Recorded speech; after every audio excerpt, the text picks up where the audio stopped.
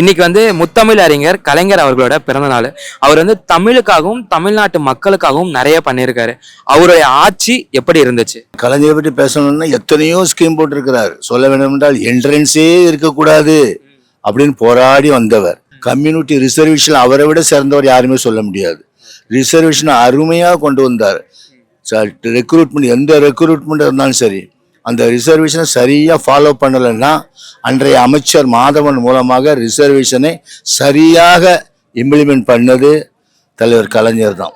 அதில் பாராட்ட வேண்டும். இப்போ ஆறாவது தடவை 7வது தடவை கூட அதே டிஎம்கே தான் வரப்போகுது. தமிழ்நாட்டை பொறுத்த வரைக்கும் மற்ற கட்சிகளை கம்பேர் பண்ணும்போது எவ்வளவோ 1000 பெட்டர்னு சொல்லணும். அவருடைய ஸ்கீம் ஏழைகளுக்கு எவ்வளவோ உதவி செய்திருக்கிறாரு. விவசாய கடன் ரத்து, அப்ப இதுக்கு கல்லூரிகளில் அரசு கல்லூரி நிறைய அவர் பீரியட்ல தான் நிறைய அரசு கல்லூரி திறக்கப்பட்டது. +2 கொண்டு வந்து நல்ல முறையில் இம்ப்ளிமெண்ட் பண்ணாங்க. அவருக்கு சொல்லிக்கொண்டே இருக்கலாம். எத்தனையோ திட்டங்கள் ஏழைகளுக்கு உதவிக்கரம் நிறைய நீட்டிருக்கிறாரு.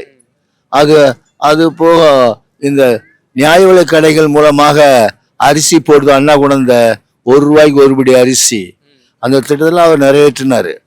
அதுக்கு பிறகு காலப்போக்கில் அது மறைந்து மற்றபடி நியாய விலை கடைகள் அவர் பேரில் எந்த பொருளும் கிடைக்காது என்று சொல்வதற்கு இல்லை, எல்லா பொருளுமே கிடைத்தது.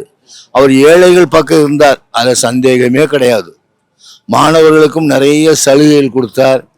குறிப்பாக சொல்லணும்னா நுழைவு தேர்வே வேண்டாம், 10th +2 பிறகு இன்னொரு நுழைவுத் தேர்வா அந்த மாணவனுக்கு ரொம்ப இம்சையாக இருக்கும்னு சொல்லி இந்தியாவிலேயே நுழைவுத் தேர்வு வேண்டாம்னு சொன்னவர் இவர் தான்.